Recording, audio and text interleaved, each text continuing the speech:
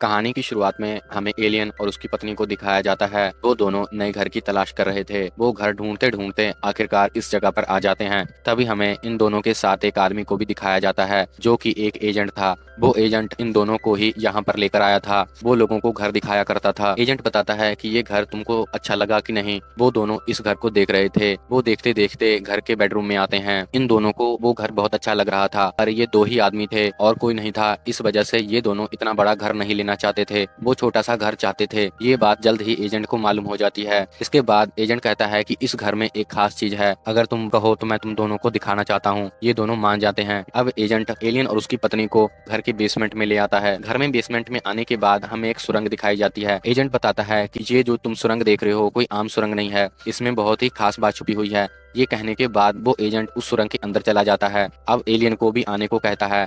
Alien उसका पीछा करते हुए उस सुरंग के अंदर आ जाता है, पर एलियन की पत्नी डर रही थी, जिस वजह से एलियन वापस ऊपर आता है और उसकी पत्नी को कहता है कि तुम भी अंदर आओ। अब तीनों मिलकर उस सुरंग के अंदर चले जाते हैं। एजेंट कहता है कि इसका तजर्बा देखने के लिए तुम ऊपरला ढक्कन बंद कर दो। एलियन की पत्नी वैसा ही करती है। वो ऊपरला ढक्कन बंद कर देती है। जैसे ही ढक्कन बंद करती है वो तीनों नीचे की ओर आते हैं। जैसे ये घर के बेसमेंट में गए थे, अब ये घर के बेसमेंट से होते हुए सीधे ही घर के फर्स्ट फ्लोर पे आ गए थे। एजेंट ने बताया कि यही इसकी खासियत है कि हम बेसमेंट से जाएंगे और घर की फर्स्ट फ्लोर से निकलेंगे।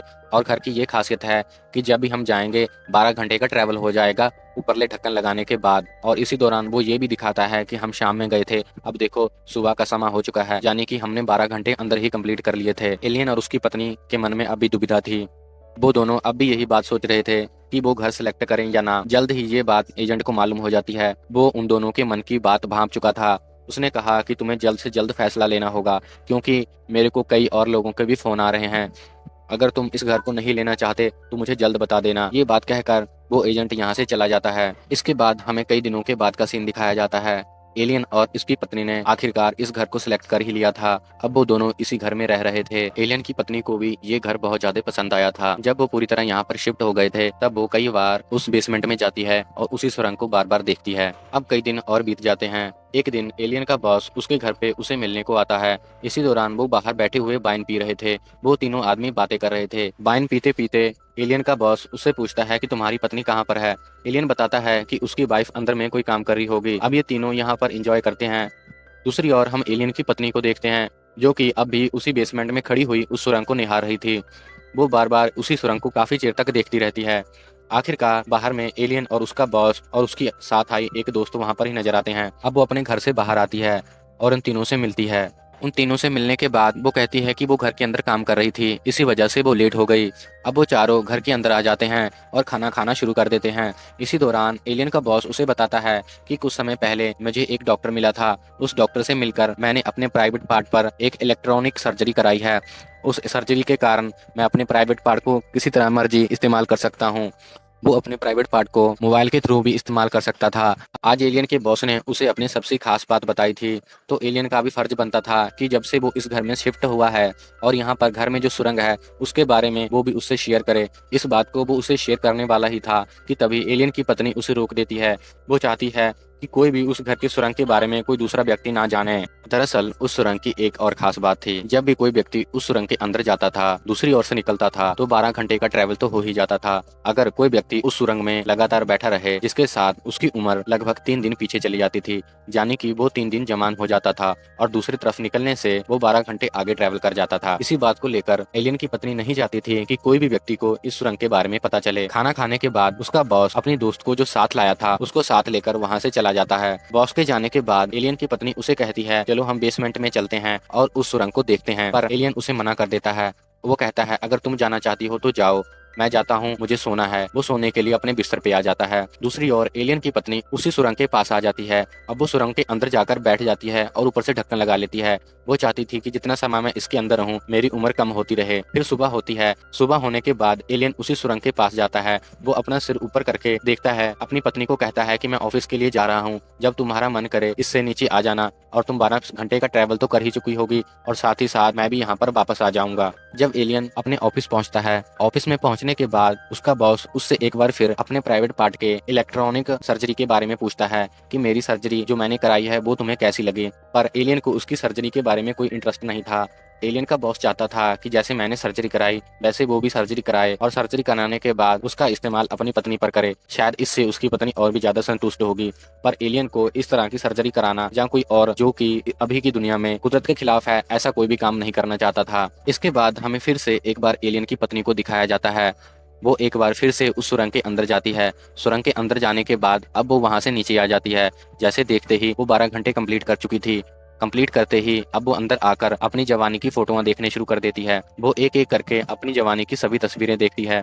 उसके मन में कुछ ना कुछ अजीब चल रहा था। इसी दौरान वो एक शीशा लेती है और उस शीशे को उसी सुरंग के पास में लगा देती है कि जब भी वो उस सुरंग के से नीचे उतरेगी उस शीशे में देखेगी कि मेरी लाइफ कितनी पीछे जा चुकी है और मैं कितनी जवान हो रही हूँ। शीशा लगाने के बाद वो एक बार फिर से उसी सुरंग के अंदर जाती है। जब वो उस सुरंग से बाहर निकलती है 12 घंटे बीत चुके थे और इस वक्त शाम का टाइम हो चुका था। अब वो नीचे उतरकर अपने पति के कमरे में जाती है, जबकि उसका पति यानी कि एलियन अभी सो रहा था। वो एलियन को उठाती है और कहती है कि उठो और देखो मेरी तरफ, क्या मैं आगे से जवान दिखाई दे रही हूँ।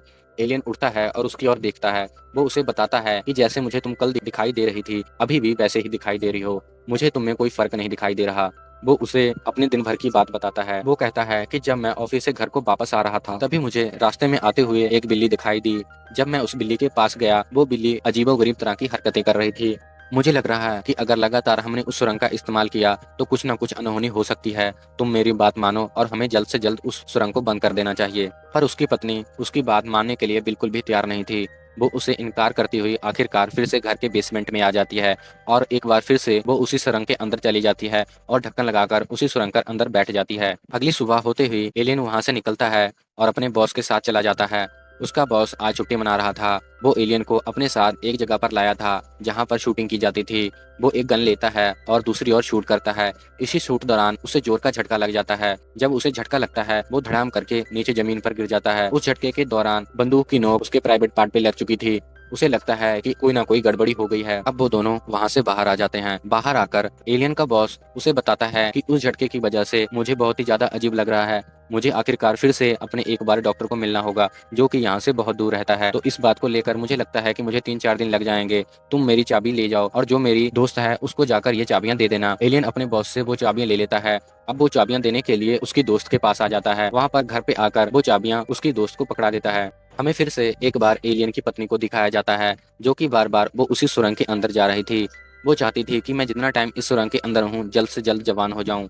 वो कई घंटों से ऐसा ही कर रही थी। जब वो बाहर निकलती है जरूर उस शीशे के अंदर देखती है। उस शीशे के अंदर देखने के बाद उसे लग रहा था कि मैं सुरंग से जैसे ही बाहर निकलती हूँ मेरे अंदर कोई बदलाव नहीं हो रहा है।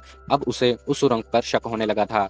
उसे लग रहा था कि ये एक जादुई तरीके से बनाया हुआ है जिसकी वजह से हम बेसमेंट में जाते हैं और फर्स्ट फ्लोर से निकल जाते हैं, पर हमारा इस लाइफ पर कोई फर्क नहीं पड़ता, यानी कि हम 3 दिन पीछे जाकर जवान नहीं हो रहे। अब उसे उस सुरंग पर शक होना शुरू हो गया था। वो इस चीज को चेक करने के लिए अपने रसोई घर के अंदर जाती है। वहां पर जाकर खराब सा सेब उठा लाती है और अपनी जेब में रखकर उसी सुरंग के अंदर में जाती है और 12 घंटे तक बैठी रहती है। 12 घंटे तक बैठने के बाद अब वो नीचे आती है। जब वो नीचे आई उसने वही सेब अपनी जेब से बाहर निकाल देखा तो वो देखती है कि जो सेब कल तक सड़ा हुआ था आज बिल्कुल ठीक है। तो उसकी खुशी का ठिकाना नहीं रहता। उसे लगता है कि ये जो सुरंग है वो बिल्कुल काम कर रही है। मुझे कई दिनों तक उसके अंदर ही रहना होगा। अगर मैं ज्यादा टाइम तक वहां पर रहूंगी तो जल्द ही मैं जवान हो जाऊंगी। इसी बात को लेकर वो एलियन से बात करती है। वो कहती है कि ये देखो सेब, जो सेब कल से गला सड़ा पड़ा था, इस सेब को मैं अपने साथ ले गई थी जिसके बाद ये सेब बिल्कुल सही हो गया है। वो उस सेब को एलियन को पकड़ाती है और कहती है कि इस सेब की तरह ही अब मैं भी जवान हो जाऊंगी।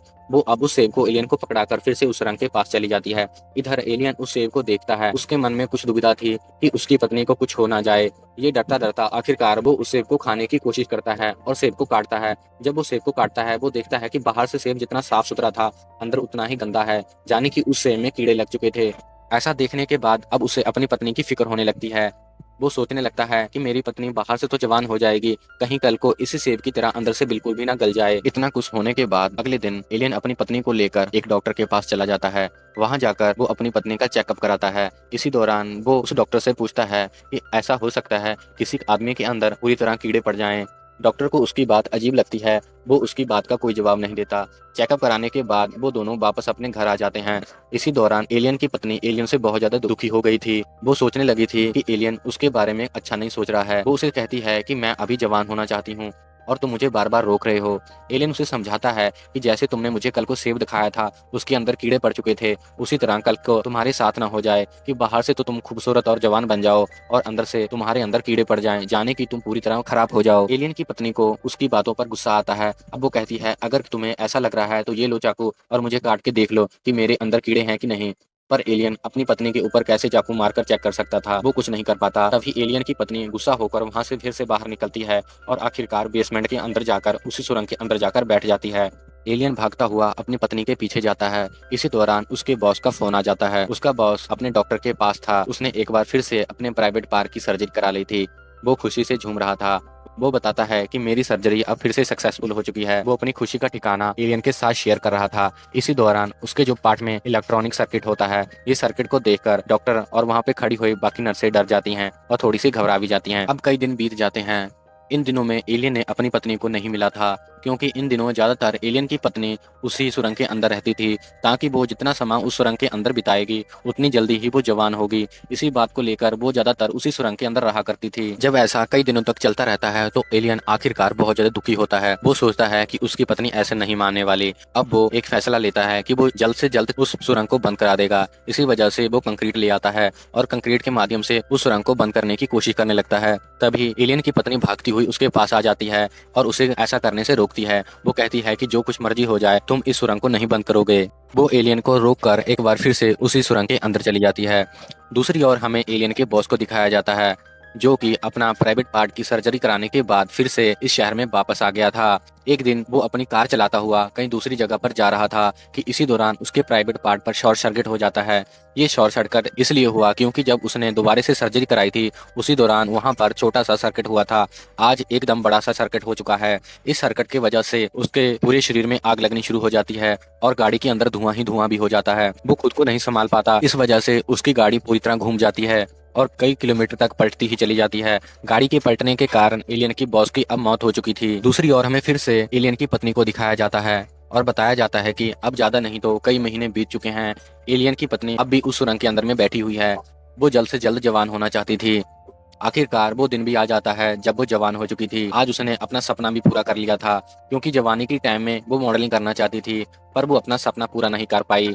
आज इस सुरंग के कारण उसका सपना पूरा हो चुका था। वो इस घर से निकला करती और जाकर मॉडलिंग किया करती। इसी दौरान वो काफी फेमस भी हो गई थी और जब भी घर पे आया करती वो इस सुरंग के अंदर बैठ जाया करती। उसका ध्यान अब एलियन पे से भी पूरी तरह हट चुका था। जब वो मॉडलिंग किया करती थी, इसी मॉडलिंग दौरान एक व्यक्ति उसके पास आता है और उसके साथ रोमांस करने की कोशिश करता है, क्योंकि अब वो जवान दिखाई दे रही थी। ये बात उसे अच्छी नहीं लगती और मॉडलिंग छोड़कर वापस अपने पति यानी एलियन के पास आ जाती है। सब कुछ तो उसने कर लिया था, अब भी वो उस सुरंग के अंदर जाया करती थी ताकि वो अब भी जवान रहे। वो कभी भी खुद को बूढ़ा होते हुए नहीं देख सकती थी। उस सुरंग के अंदर जाने के कारण उसकी दिमागी संतुलन खराब हो जाती है, क्योंकि वो कई घंटों तक उस सुरंग के अंदर रहती थी, जिस वजह से उसका दिमागी संतुलन खराब हो चुका था। अब एलियन फैसला करता है कि मुझे इसे यहाँ से बाहर निकालना होगा और इसे किसी मेंटल हॉस्पिटल में दाखिल करना होगा।